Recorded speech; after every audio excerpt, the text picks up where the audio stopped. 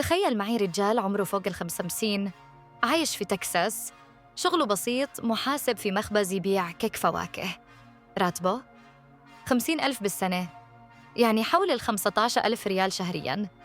بس الرجال شكله ما عجبته الحياة البسيطة. بدال ما يطلب زيادة محترمة، قرر يبدأ يسرق شوي شوي. أول مرة أخذ له مبلغ بسيط كاش كان مرمي، ما أحد انتبه. قال في نفسه: يا سلام، خلنا نعيدها. وفعلاً سرق مرة ثانية وثالثة، وبعدها راح اشترى لكزس ذهبي. زوجته استغربت، سألته: من وين جبت الفلوس؟ قال لها: أحد عملائي عطاني السيارة هدية. وش تتوقع؟ صدقته. ومع الوقت سرق أكثر وأكثر، وبدأ يكتب شيكات باسم نفسه ويحط الفلوس بحسابه الشخصي. كتب لنفسه شيك ب20,000 دولار، ولا أحد لاحظ، لأن المخبز يبيع كيك فواكه بملايين. فما حسوا، صار يعيش حياة الأغنياء.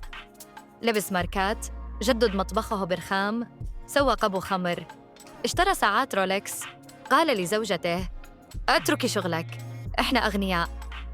واشتروا بيت إجازات، وصاروا يركبون طيارات خاصة. كل شهر سيارة، مرسيدس، بنتلي، بورش. والناس حوله بدت تقول: مو هذا راتبه 50,000؟ وش السالفة؟ بس كان كل مرة يخترع لهم قصة. مرة يقول ورث، مرة يقلب سيارات، مرة طيارة ولد خاله.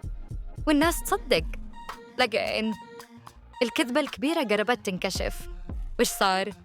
هذا اللي راح نعرفه في الجزء الثاني. لا تنسى تسوي لايك وتشترك بالقناة علشان توصلك القصص الجاية.